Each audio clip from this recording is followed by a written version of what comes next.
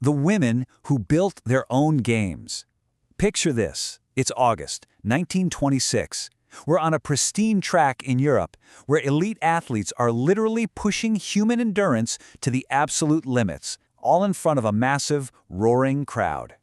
But here's the catch. This was not the Olympic Games. See, back in 1926, the traditional gates to athletic glory were locked tight.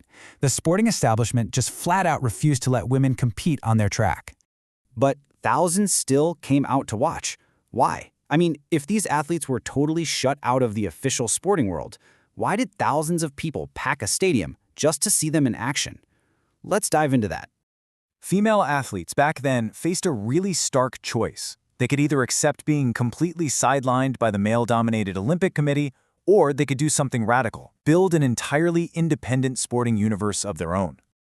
And you have to understand, the resistance they faced was absolutely relentless. Authorities pushed wild claims of masculinization, they issued dire medical warnings against overexertion, and of course, they outright refused to offer any financial resources. The IAAF and IOC basically demanded total control over the sport. Which brings us to Gothenburg, 1926, at the Slottsskogsvallen Stadium. The women's response to all that institutional pushback? They hosted the second International Women's Games right here. And the scale of this defiance was staggering, highlighted by one incredible number: 8. That's 8 different nations united on the track. We're talking about competitors from Sweden, Great Britain, France, Czechoslovakia, Belgium, Latvia, Poland, and even Japan, featuring the legendary Kinyu Hitomi. These athletes literally crossed the globe, entirely self-funded, mind you, just to prove they belonged. And they didn't just show up to participate. They shattered expectations across the board. From the 1,000-meter races and the long jump to the javelin, discus, and the 4x110 yards relay.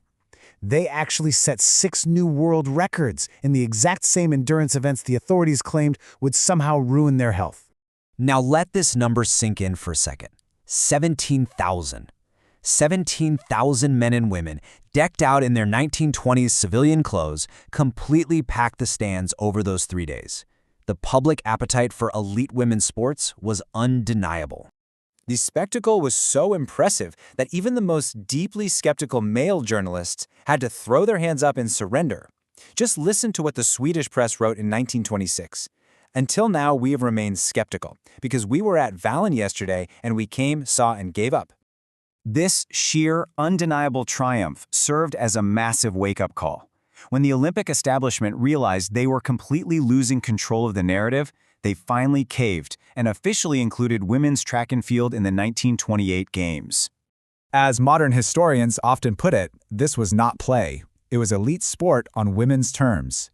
Despite facing immense institutional sexism, these athletes funded the entire operation themselves, organized it flawlessly, and proved their undeniable excellence to the entire world.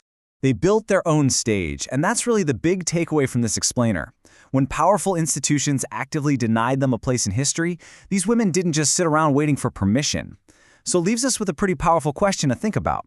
When the doors of opportunity are locked tight, do you wait around for someone to hand you the key, or do you go ahead and build a brand new house?